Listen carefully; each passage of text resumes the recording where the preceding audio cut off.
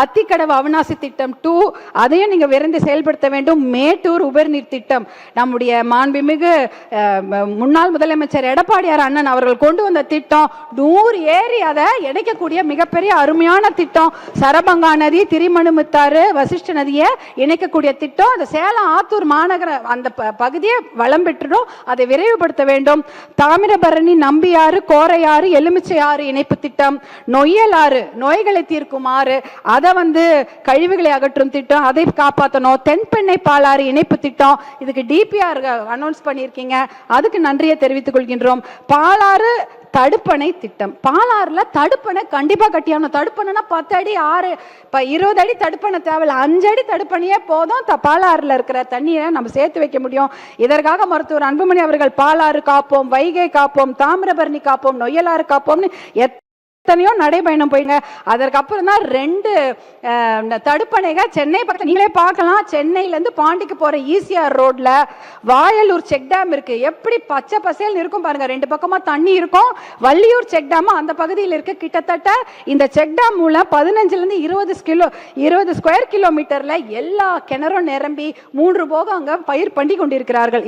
இந்த பக்கம் நீங்க பார்க்கும்போது சென்னை டு பாண்டிச்சேரி அந்த ஈசிஆர் சாலையில நீங்க பார்க்கலாம். அடுத்தது நந்தன் கால்வாய் திட்டம், திருவண்ணாமலையில் உள்ள 22 ஏரிகள், விழுப்புரம்ல இருக்கக்கூடிய 18 ஏரிகள், இந்த ஏரியெல்லாம் இணைச்சு அதை தண்ணீர் நிரப்பும் திட்டம் தான் தென்பெண்ணை உபரி நீர் இந்த திட்டம் இது.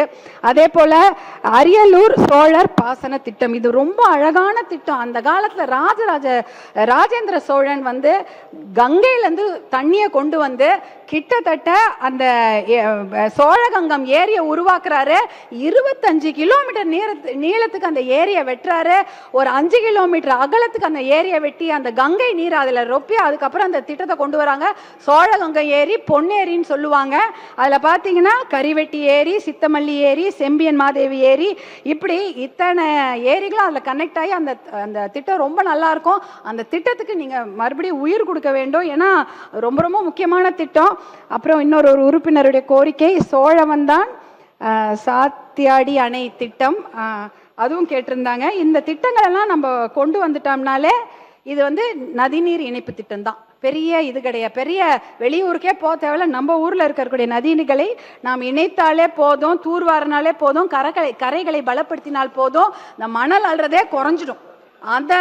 அந்த சட்ட விரோதமாக மணல் அள்ளுவதே குறைஞ்சிரும். இந்த ஏரி குளங்களை தூர்வாரி இதெல்லாம் இணைச்சிட்டாலே இதெல்லாம் ஒரு மிகப்பெரிய திட்டம். இனிமேல் என்னுடைய தருமபுரி தொகுதிக்கான திட்டங்களை, சிறப்பு திட்டங்களை நான் மாண்புமிகு அமைச்சர்கள் கிட்ட கேட்டுக்கிறேன்.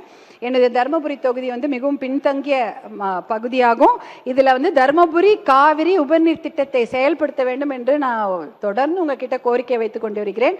காவிரியில வர உபரி நீர் ஒரு 3 TMC தான். அதை பெரிய பெரிய குழாய்கள் மூலம் நீரேற்று முறையில் கொண்டு தருமபுரி மாவட்டத்தில் உள்ள 10 அணைகள், 83 ஏரிகள், 769 சிறிய ஏரிகள் உட்பட மொத்தம் 1230 நீர்நிலைகளும் நிரப்பி ஆண்டு முழுவதும் நீங்க விவசாயம் செய்யலாம். அதுக்கு நீங்க வழிவகை செய்ய வேண்டும்.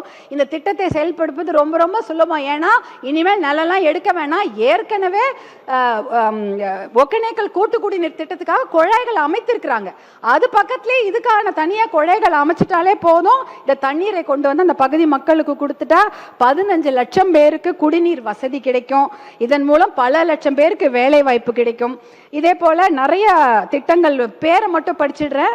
எண்ணெய்கோல் புதூர் தும்பலஹள்ளி திட்டம், தூள்செட்டி ஏரி திட்டம், பஞ்சப்பள்ளி உபரிநீர் திட்டம், சேனேகால் திட்டம், சேனேகால் ஈச்சம்பாடி திட்டம், வாணியாறு உபரிநீர் திட்டம், தொப்பையாறு உபரிநீர் திட்டம், ஆனைமடுவு திட்டம், பொதியன் பள்ளம் திட்டம், வள்ளி மதுரை அணை உயர்த்துதல் திட்டம், மத்தாள பள்ளம் திட்டம், பாளையம்புதூர் ஜெகநாதன் கோம்பை திட்டம், இப்படின்னு நிறைய திட்டம் இருக்கு. சனத்குமாரை கிளீன் பண்ணிட்டா ஒரு நகராட்சி 2 பேரூராட்சிக்கு தண்ணீர், கம்பையநல்லூர், பேரூர், அரூர்னு.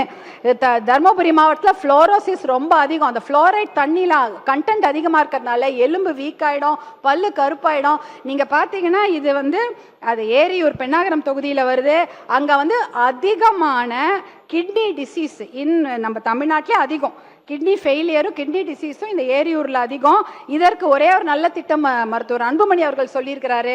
ஏரியூர் கூட்டு குடிநீர் திட்டத்தை நீங்கள் செயல்படுத்த வேண்டும் என்று அன்போடு கேட்டுக்கொள்கின்றேன். ஒகேனக்கல் கூட்டு குடிநீர் திட்டத்து கூட 3வது ஃபேஸ் தயாராக இருக்கு. அதை விரைந்து செயல்படுத்துமாறு அன்போடு கேட்டுக்கொள்கின்றேன்.